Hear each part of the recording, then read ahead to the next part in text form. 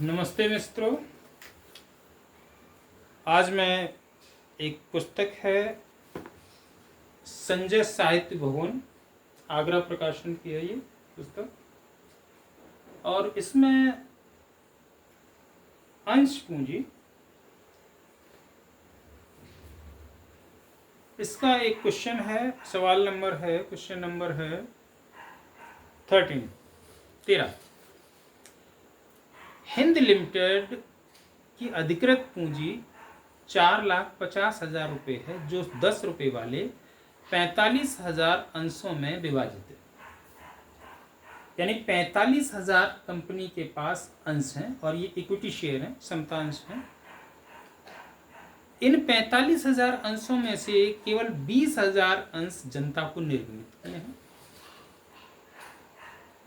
बाकी और शेष अंश हैं वो भविष्य में कभी जब आवश्यकता पड़ेगी तब निर्गमित किए जाएंगे। अभी 20,000 अंश निर्गमित किए, लेकिन मात्र 18,500 अंशों के लिए आवेदन प्राप्त हुआ। तो हम जो क्वेश्चन करेंगे, सवाल करेंगे, हल करेंगे, वो 18,500 शेयर पर हल करेंगे। 18,500 जो आवेदन हमको मिला। वैसे तो 20,000 अंश निर्गमित किए, लेकिन 18,500 अंशों के लिए एप्लीकेशन प्राप्त हुई।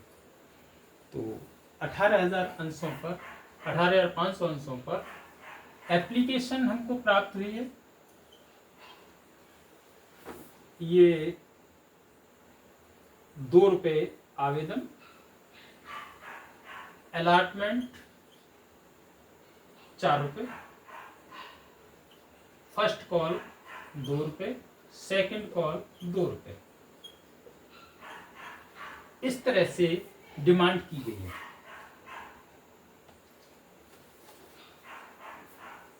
इसमें एक नई चीज ये है कि जर्नल के साथ साथ कैश बही, बैंक कॉलम वाली कैश बही, वैसे तो 3 कॉलम कैश बुक होती है, लेकिन जिसमें उसमें बैंक वाला जो कॉलम होता है उस कॉलम की बात हम कर रहे हैं। कैश बुक भी बनवाई गई है। तो जहाँ कैश बुक बनवाई जाती है वहाँ कैश के आने या जाने से संबंधित कोई लेखा होता है वो कैश बुक में किया जाता है, मुख्य जर्नल में नहीं किया। चलिए, तो हम इसकी कैश बुक भी बनाते हैं। ये हमने कैश बुक का नमूना बना लिया।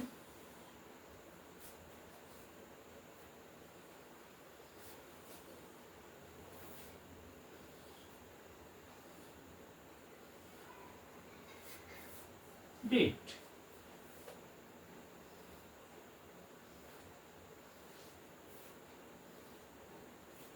पहला कॉलम डेट का, दूसरा पर्टिकुलर,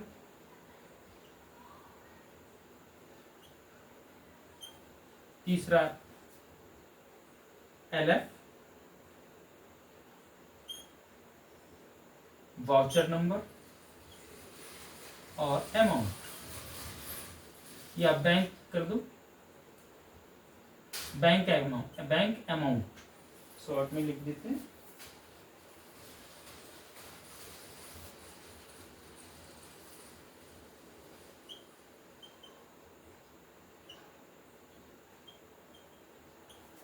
ये date, particular,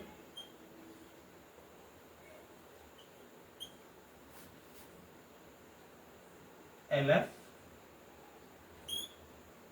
laser folio, voucher number और बैंक अमाउंट।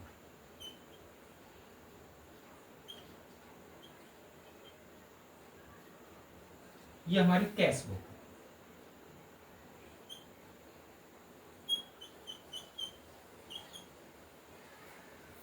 इसको मेंटेन करेंगे और हम जर्नल भी बनाएंगे। चलिए, सबसे पहले 18,500 अंशों के लिए आवेदन राशि प्राप्त हुई। प्राप्त कर, जैसा कि मैंने अभी बताया, कैश आने और जाने का जो लेखा होता है वो कैश बुक में होता है। जब हम व्यापारी कैश बुक बना रहा है तो उसमें ही लेखा करेगा, और बाकी अन्य लेखे कैश आने जाने के अलावा अन्य लेखे हैं वो जर्नल में किए जाएंगे।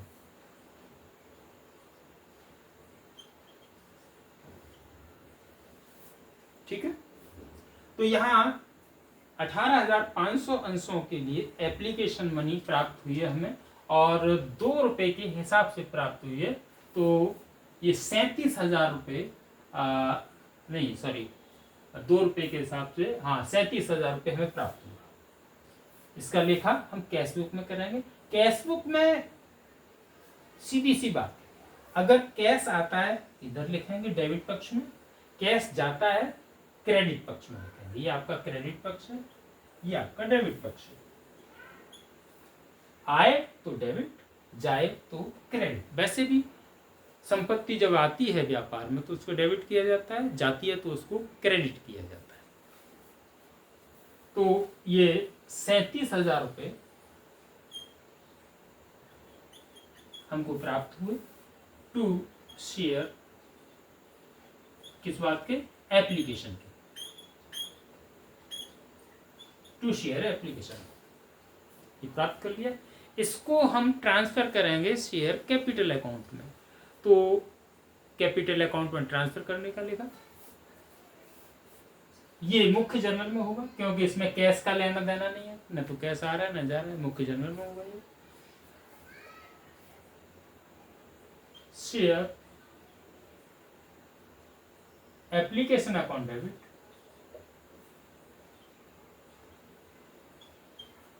To share capital 37,000।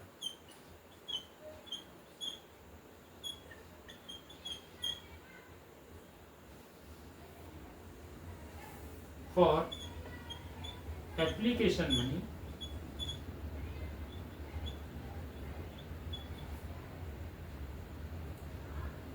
Transfer to capital, transfer कर दिए कैपिटल में। इसके बाद में अलॉटमेंट को ड्यू करेंगे, तो यानी मांगेंगे, मांगने का लेखा या ड्यू करने का लेखा। 18,500 अंशों पर 4 रुपए के हिसाब से हम ड्यू करेंगे। Share allotment account debit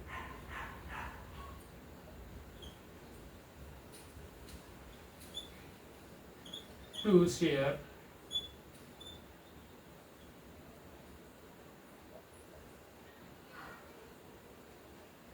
capital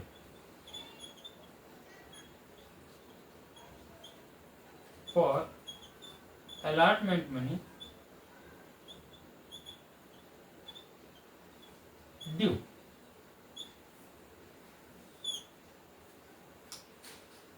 चार रुपए के हिसाब से ये आपकी होती है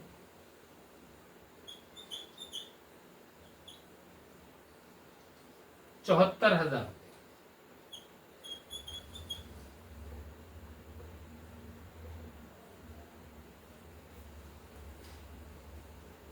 ठीक, अब इसको ड्यू करने के बाद प्राप्त करने का लेखा करेंगे। प्राप्त करने का जो लेखा करेंगे वो इसमें नहीं होगा, इसमें होगा कैश बुक में, क्योंकि रोकड़ से संबंधित है।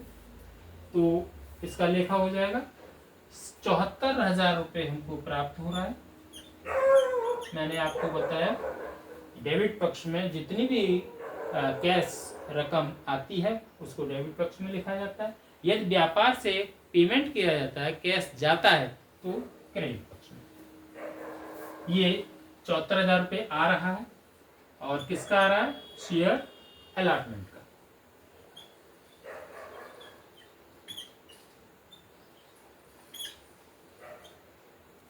प्राप्त कर लिए। उसके बाद में हम फर्स्ट कॉल को ड्यू करेंगे, 2 रुपए के हिसाब से है, इसको ड्यू करेंगे। Share first call account debit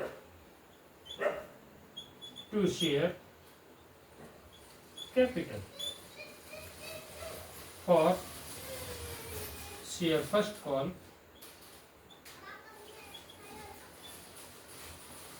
money due.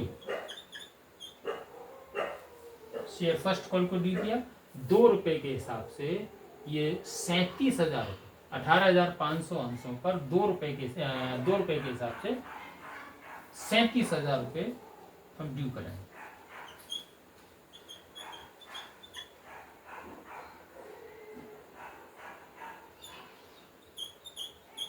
Due कर दिया। अब ड्यू करने के बाद में फर्स्ट कॉल को रिसीव करना है, तो रिसीव करेंगे वो कैश बुक में 37,000 रुपये कैश आ रहा है, रोकड़ आने वाली है उसको इधर लिखेंगे, जाने वाली को उधर लिखेंगे। To share first call account, first call की धनराशि को हमने प्राप्त कर लिया 37,000 रुपये। इसके बाद में हम सेकंड एंड लास्ट कॉल 2 रुपए की बची है उसको ड्यू करेंगे। चलिए ड्यू करने का लेखा करते हैं। ये मैंने साफ कर दिया।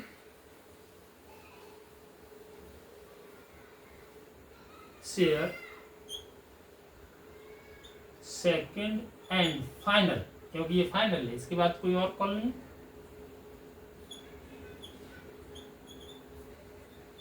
Call account debit to share capital for share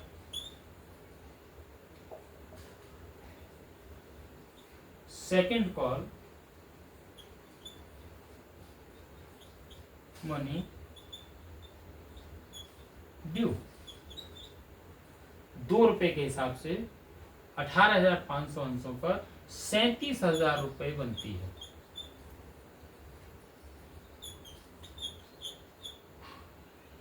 ये हमने फाइनल कॉल ड्यू कर दी। अब इसको रिसीव करेंगे, तो रिसीव करेंगे वही कैश बुक में, क्योंकि कैश से आने जाने का जो भी है संबंध वो कैश बुक में ही होता है। कैश से संबंधित जो लेखे होते हैं वो कैश बुक में। To share second and final call,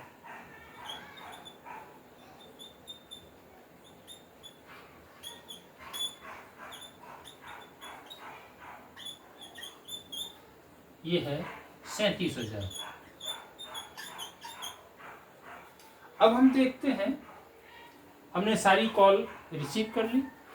cash book में कितना टोटल है, हमारे पास कैश कितना है इसका टोटल करेंगे। 0 0 0 7 4 11 और 7 18 7 25 की 5 हासिल 2 5 और 7 12 12 और 3 15 3 18 1,85,000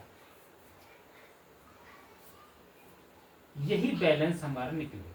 1,85,000 1,85,000 बाई बैलेंस सीडी।